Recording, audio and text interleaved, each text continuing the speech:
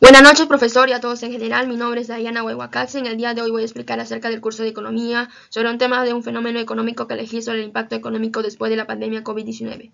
El COVID-19 generó una onda expansiva que afectó a toda la economía mundial, desencadenando la mayor crisis en el siglo y la desigualdad interna entre los demás países.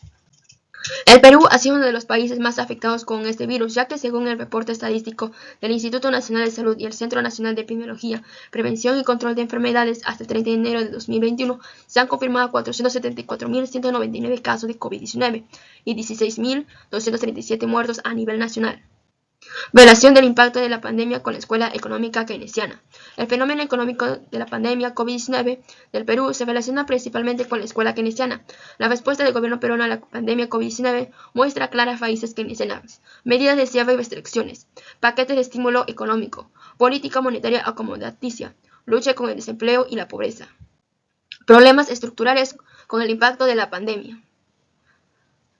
En el Perú tenía un alto porcentaje de informalidad, alrededor de un 70% de la población económica activa antes de la pandemia.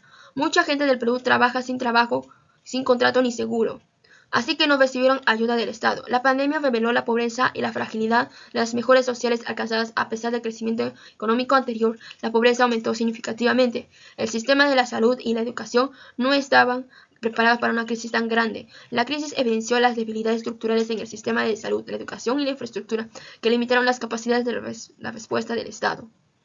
Aunque el país había mejorado en años anteriores, todo ese avance se perdió repentinamente. La crisis resaltó la vulnerabilidad de una economía dependiente de los flujos de los comercios internacionales y de los precios de la materia prima, un tema recurrente en el análisis estructuralista. Desde la perspectiva macroeconómica de COVID-19. El Producto Bruto Interno cayó entre 15% y un 20%. La inversión se frenó y la gente dejó de consumir. Eso hizo que muchas empresas dejaran de ganar dinero. El desempleo subió mucho y también aumentó la pobreza extrema. Y como gran parte de los trabajadores eran informales, la crisis los golpeó fuertemente. Recuperación económica y desafíos posteriores. El gobierno impulsó la inversión pública y dio créditos a las empresas. La inversión pública se mostró muy dinámica y el crédito se incrementó significativamente, especialmente como la capital de trabajo para las empresas, gracias a los programas de financiamiento estatal. La subida del precio de los minerales ayudó porque Perú exportaba mucho cobre y otros metales. Pero aún hay varios retos grandes. La desigualdad aumentó y los precios subieron. Y en el sistema de la salud sigue siendo débil. Además, la inestabilidad política genera desconfianza en los inversores. Desde la perspectiva microeconómica del COVID-19, las medidas de confinamiento y el distanciamiento social resultaron en una drástica reducción del consumo, afectando directamente los ingresos de las empresas. Muchas empresas, sobre todo pequeñas, tuvieron que cerrar o reducir su personal. Sectores como turismo, restaurantes y transporte fueron los más afectados. Los MAIPES sufrieron mucho porque no tuvieron respaldo financiero. Algunas empresas se adaptaron vendiendo online o usando delivery.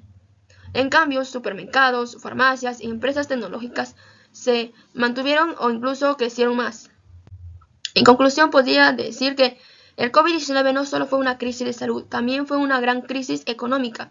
El gobierno actuó con medidas keynesianas para apoyar a la población, pero no fue suficiente para evitar el daño. La pandemia evidenció los problemas estructurales de lo que ya teníamos, como la informabilidad, la pobreza y la inestabilidad. Hoy, aunque estamos en recuperación, todavía hay muchos desafíos por superar. Gracias.